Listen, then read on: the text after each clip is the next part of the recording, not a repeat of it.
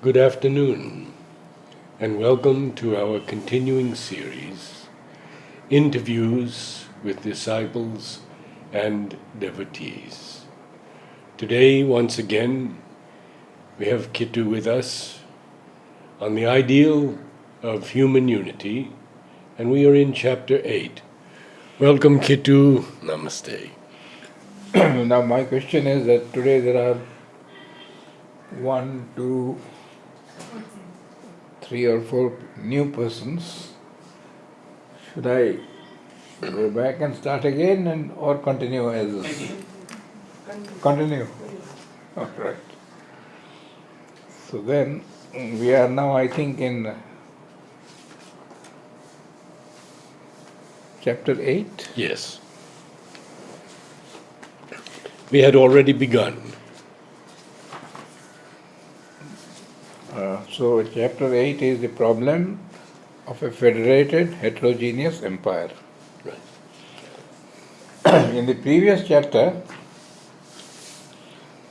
we have seen that even a nation, and when he wrote this book over 100 years back, was heterogeneous. No nation is made up of only one type of race or one type of culture. So in that sense it is heterogeneous. So England was made up of Saxon England, Norman England, Druid England, Celtic England, etc., etc. He is now moving to a larger scale, the problem of a federated heterogeneous empire. See, the word federated is important. If it is an empire which tends always to dominate all the colonies that they have conquered, then it is not a federation. Because they try to impose their first military, then colonization, then economics, then politics, then cultural. And if they win on the cultural, the nation is dead from inside. So, exactly the same problem. And again, the example is the British Empire. The problem of a federated heterogeneous empire. Empire is automatically heterogeneous because it has got so many elements, right? So here he is discussing whether Britain can handle this problem at that time when it was written. Today all this is, as I said, out of date, but the principles are always the same. So he says that the building of the composite nation of the British Isles was a foregone success, except for the most stupid mistakes that they made in Ireland, the southern Ireland, where they created a famine and they wanted to impose their culture on them, which they failed. And even today, Northern Ireland is part of Great Britain and Southern Ireland is a separate country with a different religion, Catholic, and not Protestant like Britain, and a representative of the United Nations. So he says that this, now again the British Empire was made up of Canada, Australia, South Africa, all English speaking, and India completely different from the other three. So he says it was not long ago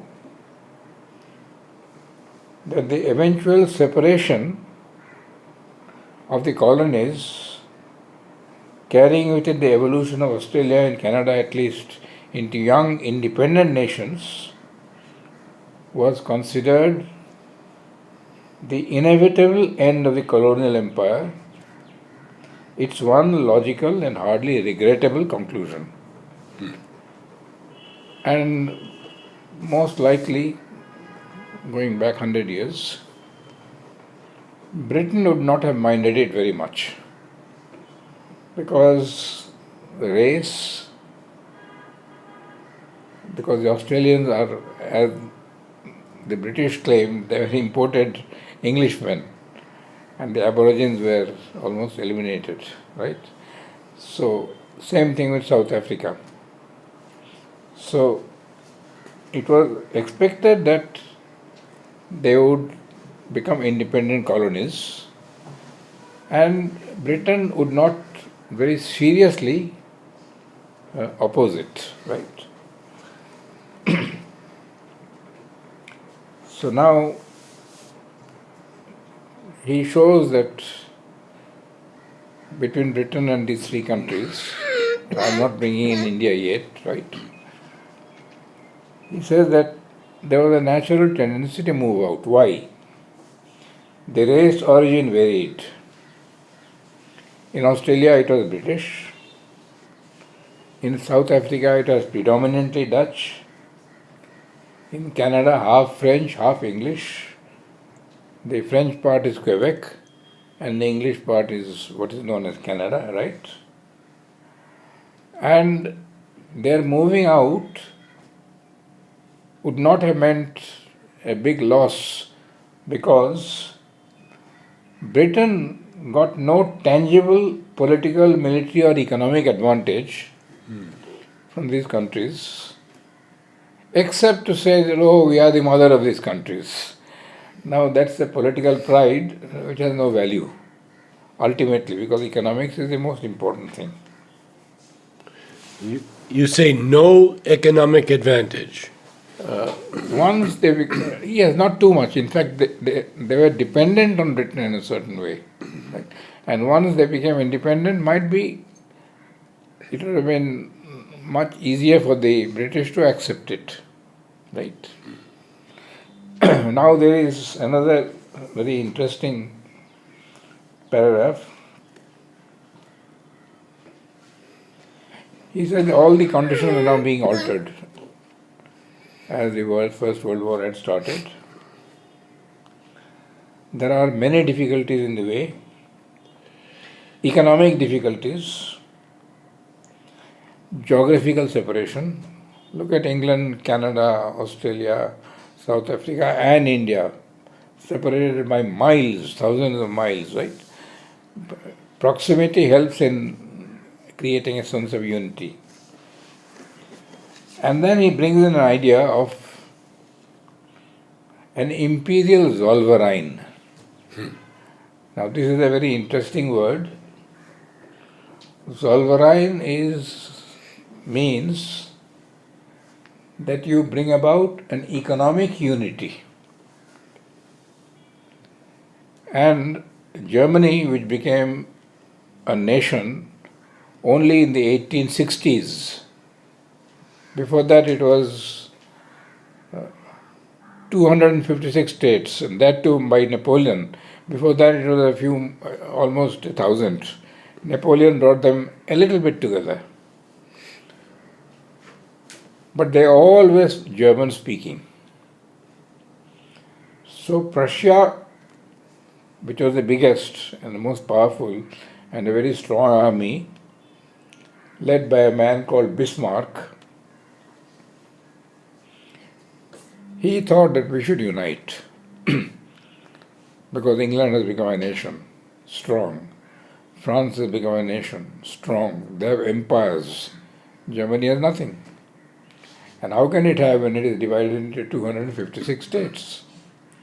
So Prussia created what is known as a Zollverein.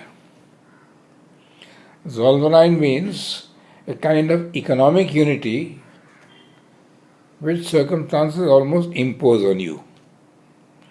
When one nation is very powerful economically and there are many others around you who are in race, culture similar, I can impose an economic pressure by which you are dependent on me. So Germany got united not by military force, which normally others do, even if they are of the same race and culture, but by economic pressure, right? The question now is, can this economic Zollverein method work with these distant countries, English speaking, and can it work with India, which is radically different in race, language, culture, and which is very distinct by itself. So he says that it's all, a very intellectual approach. He's looking at possibilities because his vision is one thing, but here he is talking to an intellectual. So he is looking at possibilities. He says that all that is needed is that England should continue to handle the problem with a right instinct and not commit anything like a fatal American blunder.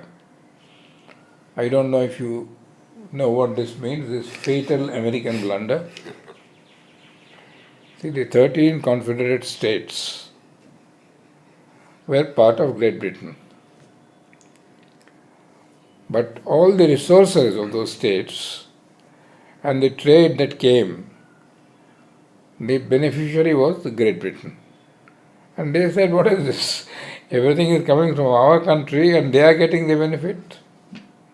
Therefore they revolted and then they made the Confederation of 13 states and then they expanded. So this was the whole movement. So they should not do this kind of thing.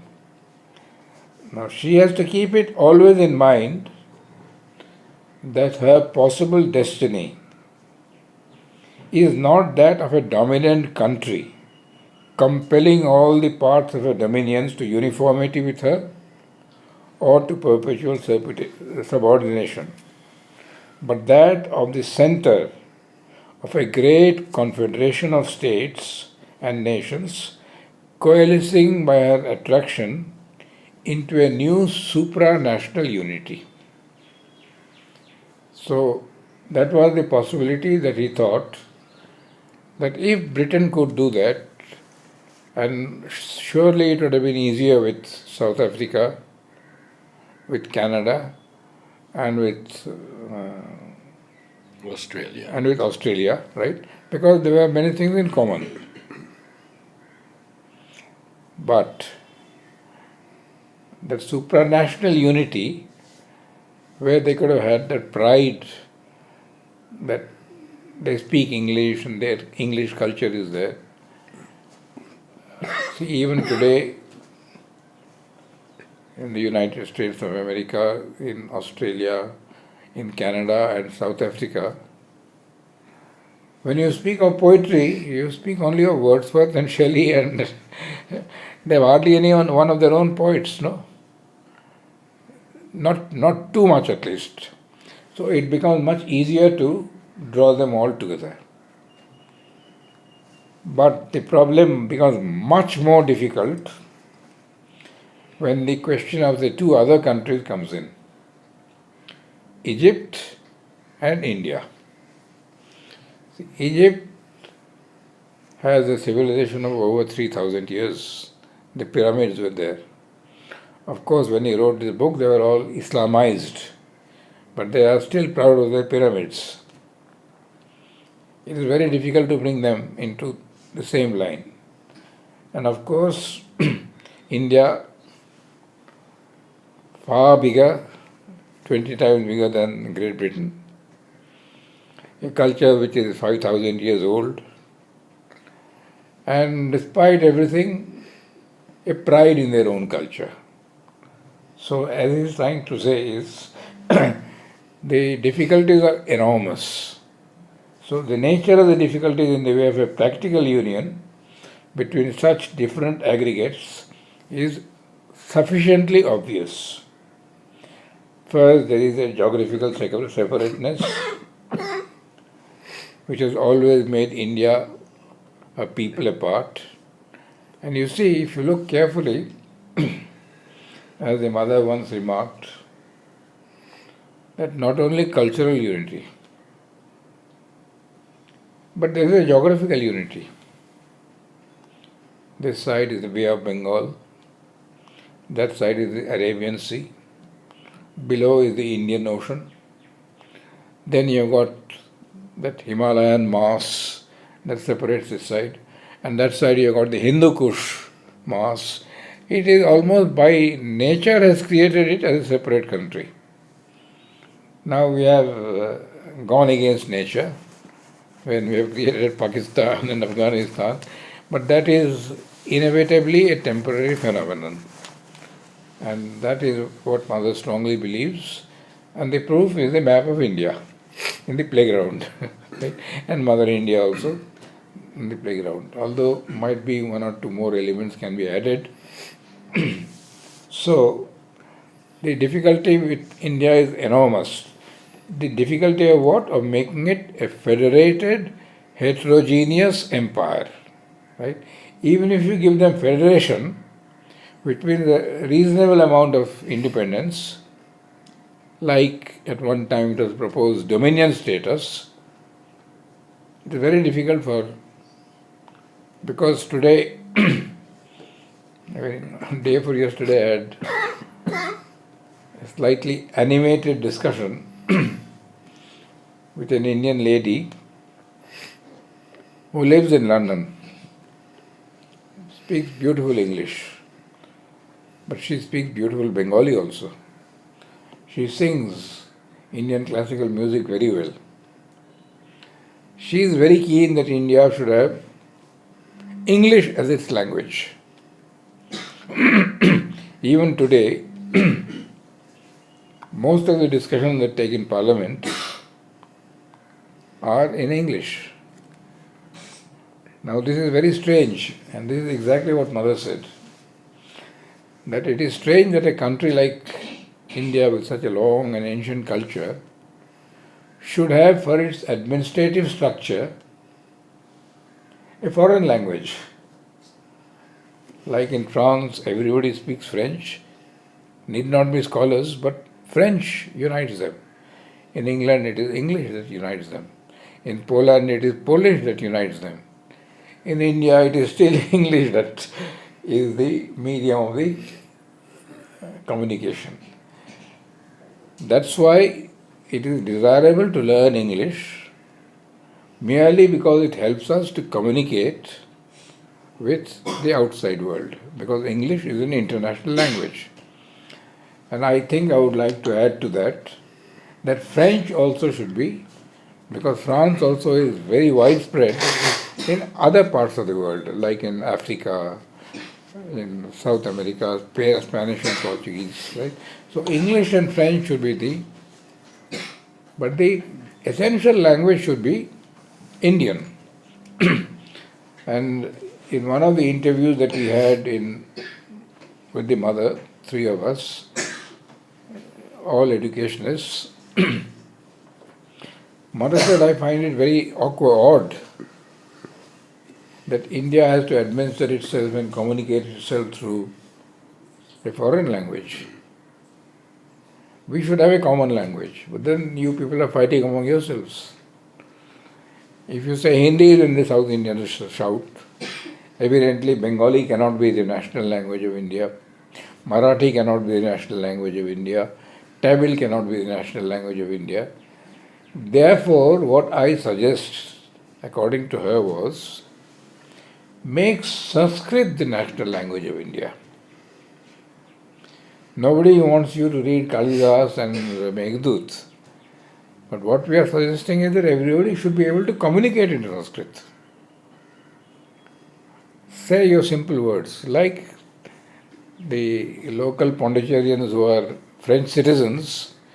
They are French citizens because they get a very good pension of 80,000 rupees, 1 lakh rupees, which is very good, right? Their French is atrocious. They speak French because they are French citizens, but it is not good. It doesn't matter, at least they can speak some French. So mother said, exactly in the same way, every Indian should speak Sanskrit. Communicate among yourselves with Sanskrit.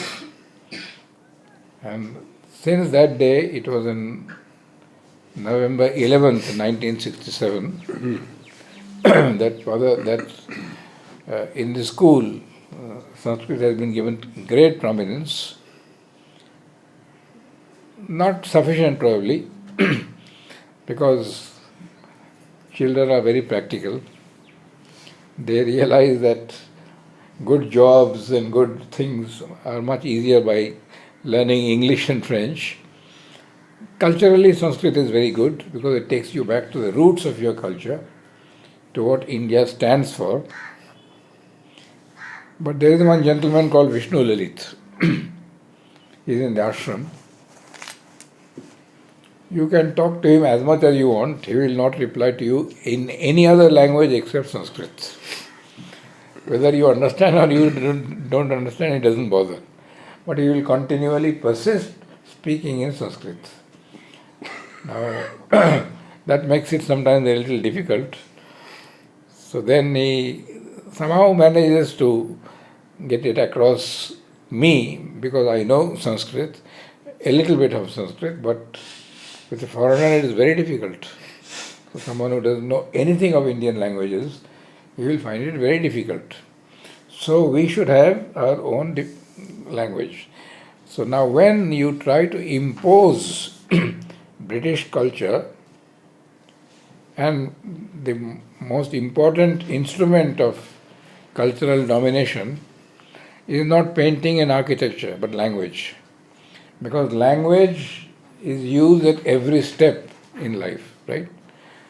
And the importance of language is this. In this same book, a little later, he says that language is the index of the soul of a people. And this is very important to understand. When you say language is the index of a soul of a people, you will find that there are words in every language which cannot be translated into another language. You will get an approximate idea of what it means, but you must get into the feel of the thing, and that is very psychological. Index of the soul of a people, right? So, somewhere I think Sri Aurobindo, the mother, have referred to the word Dharma and Swadharma. Now, when you translate it into English, it is the law of your inner being. But Indians will feel that quite right, but not exactly that. Because when somebody told Sri Aurobindo, look, he is in the habit of stealing, Sri Aurobindo said that is his dharma. Now, if it is the inner law of his being, it is not quite the right thing, right? So, dharma means it has to be understood in a different way. So, he is saying very clearly that it is hardly possible, where Egypt and India are concerned, that they can even be part of a federated heterogeneous empire. Now, if they can't be federated heterogeneous empire, and the empire has still to survive, then it has to be by compulsion. And compulsion with a country of such a vast size, India, with a country of such ancient cultures, with a pride of its own, it is not possible to continue holding it for too long. So basically this is the idea of this chapter, the problem of a federated heterogeneous empire. Some kind of federation could have been possible with the English-speaking nations, Australia, Canada, South Africa, but absolutely impossible with India and Egypt. So this is the basic thing. Now, if you have any questions, Anmol. No. but I read in this book that Bharati made a comment that before the British came to India, if for example a Tamil king had to correspond with a Gujarati king, the language of communication would be Sanskrit. So that appealed to me. It is written there in that book. Yeah, it's Bharati's this thing. You can read this. See it from the other side. Interesting.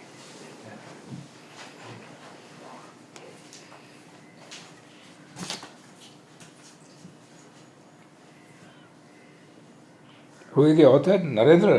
Yes. This is made by the Sanskrit department of the ashram. Yes, Narendra is the Yeah, so similarity between Tamil and Sanskrit. But that comment by Bharati is very appropriate. That, And Mother herself, as you say. And this was in, when India goes back to her soul, Sanskrit will naturally become India's national language. That's why I said, the language is the index of the soul. And the second very important thing is that all that is valuable in India, essentially our spirituality and our culture, is originating in the Sanskrit language, in the Vedas and all that. The language has evolved slightly, everything evolves, but it is the same language, it is not a different language anymore. So this is, yes. Why Sri Aurobindo was not writing in Sanskrit? A little loud. Why Sri Aurobindo was not writing in Sanskrit? No, I tell the reason. First of all, there were the outer circumstances. He was till the age of 21 completely kept away from Indian culture. But within 1 year, after coming back to India, from the age of 21 to age of 23, in 2 years, he started translating the Ramayana and the Mahabharata from Sanskrit into English and also a little in Bengali, which means that he had understood the language and grasped the language. But then there are two problems. One is, and I would like to stress this, Indians should not forget that Sri Aurobindo did not come on earth only for India. And as Mother says, I did not come on earth to create an ashram. They have a message which is universal, which belongs to everybody. Now, if he wrote all his works in Sanskrit, not even 10% Indians would have been able to follow, and not even 0.5% of the world would have been able to follow. Therefore, he continued writing in English. But you have seen Bhavani Bharati. I have seen. Yes, see, no, that's written, beautifully written. The Sanskrit is superb. And he had it on his fingertips. So from what I'm given to understand of what they're talking about language creating a nation state. What to say? Can you hear? Yes, I can hear. It's much like the caste system, and the current strongest form of economic or military communication is the one that should be used to convey a universal message. This is not so. What is your question? In the case that you're trying to unite India, they said that Sanskrit is the way because that's common to everyone. One of the ways. But is not the world soon might be speaking Spanish or Chinese or how are we to be attempting to create a nation state? Can you repeat what he said? Very difficult. He's wondering about how a nation state is created other than language. For example, economics. No, you see, nation state No, that's is not. not satisfied with Now, it. then you have to speak louder to him. I'm sorry.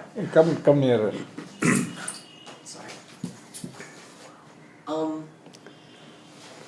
little loud. Okay, sorry. If your goal is to create a nation state in India, she said that you should use Sanskrit.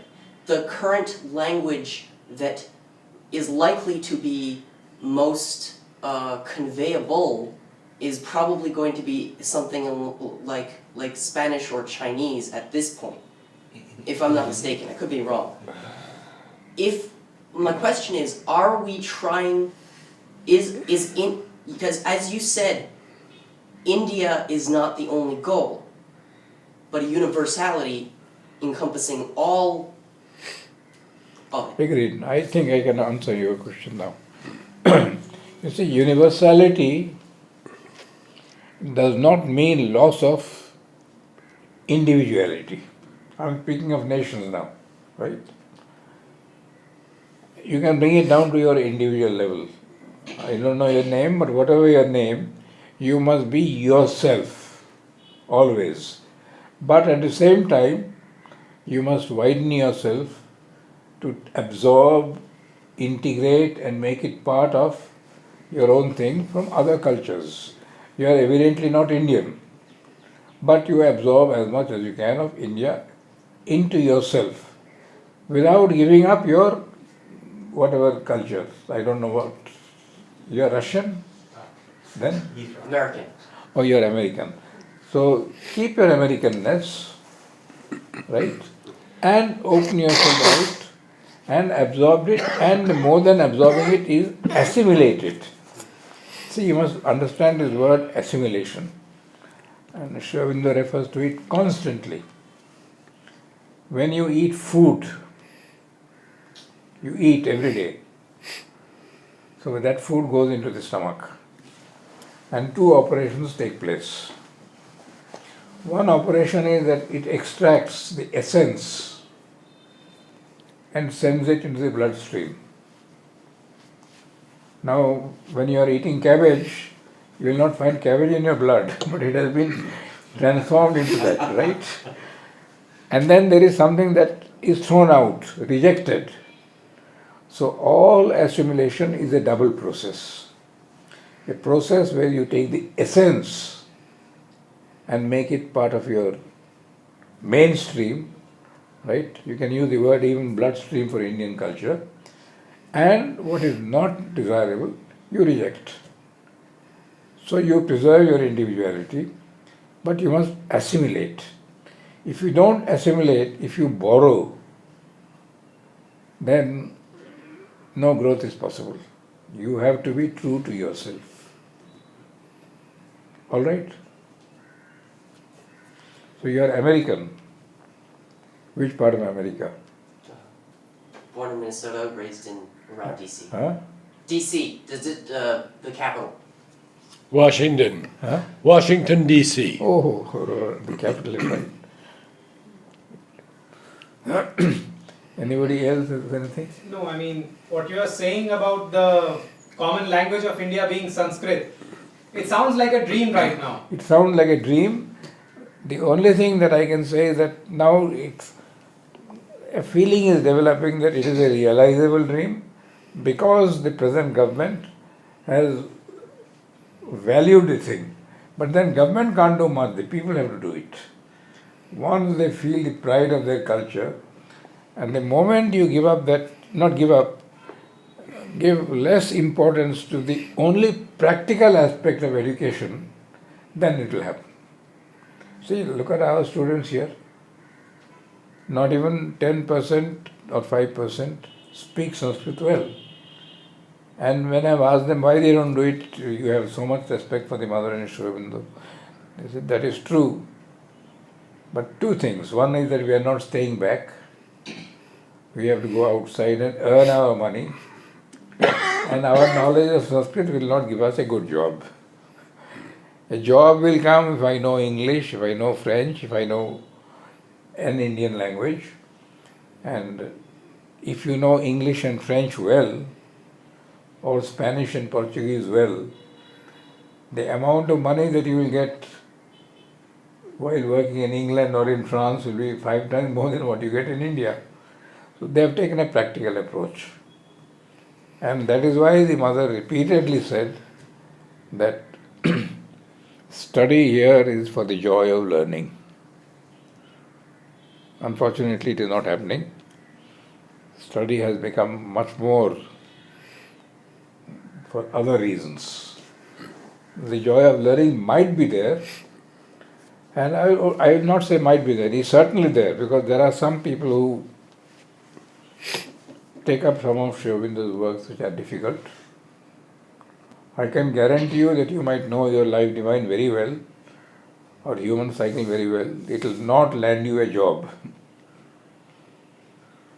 So what they do is that they keep a corner of their being attuned to Sri Aurobindo, but a big, more than a corner, for practical life. If they had stayed here, there would be no problem, because they are secure. If you go out, you have to earn.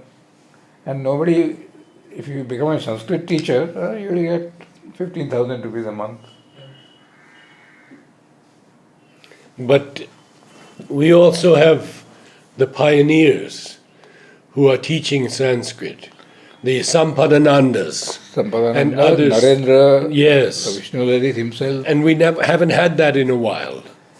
It's No. much more intense From now. 1967 it has happened. Yes, yes. Sampad has come later, Yes. but he immediately got in tune. But Narendra and Vishnu Lalit, right from that day, 67. 67 November Yes. 11th, I remember, 10:30 to 12. Yeah, yeah. You were there. You see, it happened like this. Were you there? I was there. Good. And I'll give you the background of how I was there. The mother was very insistent that we should practice the free progress classes in here. That means after the age of 15 or 16, children should be allowed to choose. And she went that far as to say they have to take the responsibility of their own education. If they want to remain stupid, ignorant and idiots, it is their pleasure. Why on earth do you want to make them intelligent if they don't want to be intelligent? Let them find out what it means to be stupid and ignorant. Because she said that after the age of theoretically 14 but 16, 18, you are responsible for your life. Don't come and tell me somebody made me do that. That is escapism. Now since she believed in that, she never imposed somebody learning something. And to the great embarrassment of our institution, one of our so-called good students who had read many things, he wanted to join Tata's, JRD Tata at that time. And naturally he was invited for dinner because he was introduced to him. He said, yeah. Then he said, now tell me, Sri Aurobindo's views on political thought, on social thought. He was a zero. It was very embarrassing, both for the guest and the host, because they thought that they will be able to get some knowledge, So it all depends on, if you decide to stay here, then they take up Sanskrit seriously. If you decide to go outside in the world, which is a fiercely competitive world, and where you have to earn your money, you have to earn your living, they take the easier path. Because you can be a Sanskrit teacher, you can go to Banaras and teach Sanskrit, you'll get a salary of at most 20,000 rupees. So that is now how to get this new idea to learn for the sake of, for the joy of learning. And this I can tell you with absolute confidence, that my age group, we never went out because our parents were here. all those who have become teachers of my age group today, they will stand out anywhere in the world, right, and give you a very good picture of the political situation, of the social situation. And that is why I was invited by the army. Yeah. I've given 200 talks to the army, Yes. right? And never once used the word Sri Aurobindo. And because mother told me that when you go out and speak, because it was the first time when I was to speak, I asked her, what do I do? I think I've told you, but I'll tell you once more. When I was asked by Kirit Bhai and Arindanda, very senior people, to address a youth conference here on human unity, I was very boosted up. Very honestly, my ego was very thrilled. Then 2 or 3 important persons here said, what nonsense are you going to talk? We are fighting here like cats and dogs. And you will give a lecture on world unity? 71. So then I had committed. And then now I was divided. Senior people saying one thing, somebody else saying something else. So I wrote to mother. Mother said, no, you must speak. And then she used 3 words. You must communicate in an intelligent, comprehensible, and some other word, I've forgotten the words exactly, to the youths who know nothing about Sri Aurobindo. And this much I can assure you, that whether it will do them any good or not, I do not know, but it will do you a lot of good. You see, now this is exactly what I'm trying to get at. That we should be concerned with our progress. If we progress, we are helping the world to progress. So charity is a very good way of helping people. You have money, you give that money, you are an altruist.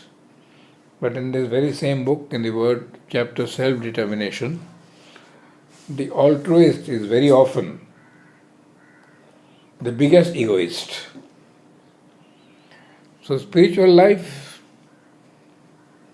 will not go with charity. But if there is a charity where the right hand doesn't know what the left hand has done, you have given it, and you won't even remember that you have given it after some time. And that means it is disinterested. But if you give and say, my name must be put there, a plaque must be put there. I had a very big problem in my own guest house, which I not own, which I run. That is Sri Aurobindo Andhra Bhavan. It was donated to us by a friend of mine. I said, I'm very grateful to you for what you have done. And we built up the whole thing.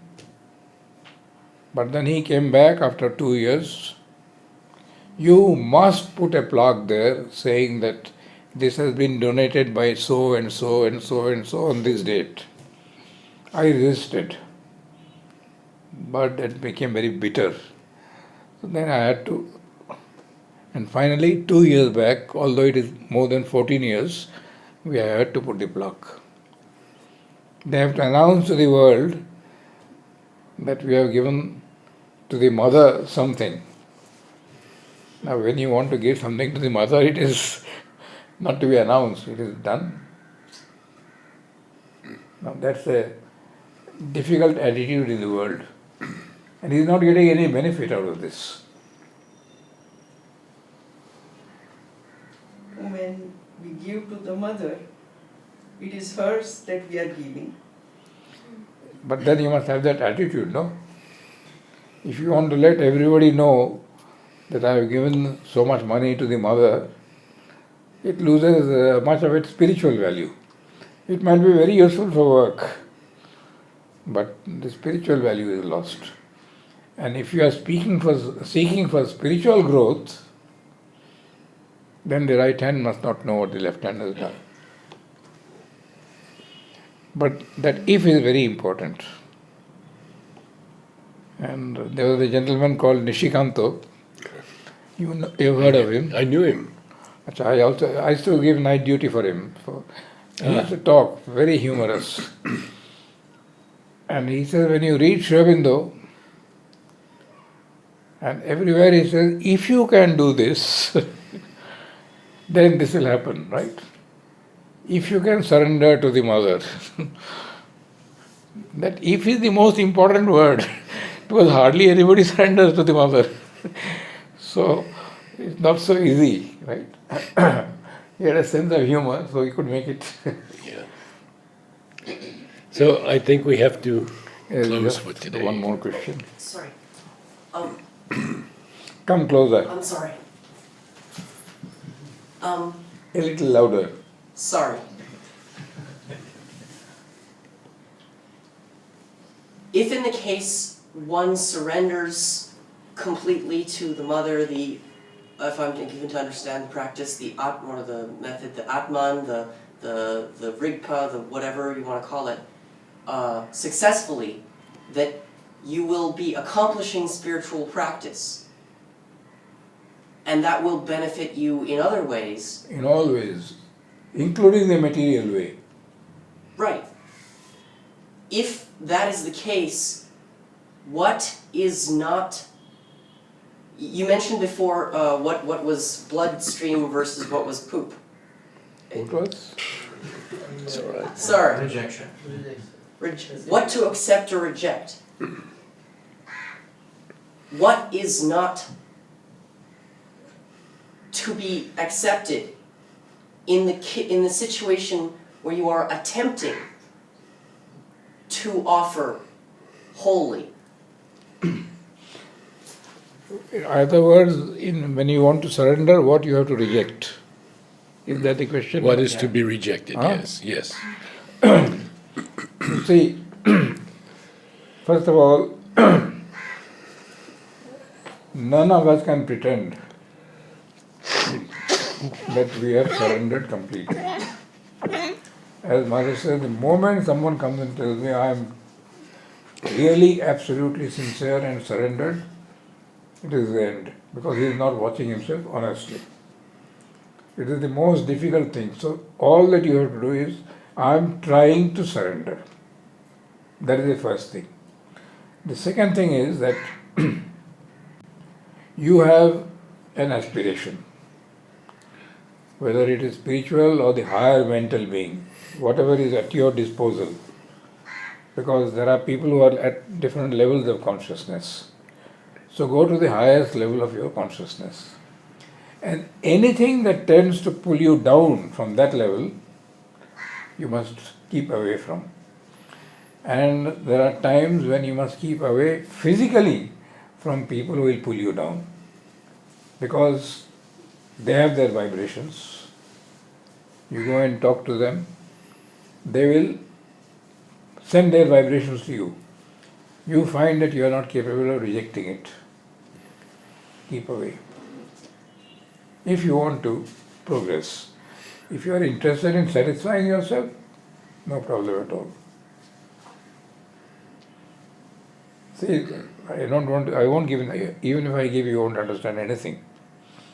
Young men, when we are 18, 19, 20, 21, you are attracted by girls. Mother said very clearly to some, keep away from this person, because she will pull you down. Now I am not trying to say that girl will pull you down. It is that there is something in you that is attracted to her. So it is that each one is pulling each one down. To some, even if she is from the opposite sex, it raises you. She touches a higher level. Then she encourages it. So each one has to find out. I am not using the word psychic being. I am using the word the highest level of your consciousness. Don't allow anything to pull you down. And every day, if you are a little careless, something will come in time to pull you down. All right? Okay, Kittu. I think we have to. So we'll stop. Yeah. Next week, we will begin with Chapter 9. Next week is chapter 9. I think Yes. it is the possibility of a world empire. Good. All that is, as I said, belongs to the past. Today it will not work. Yeah.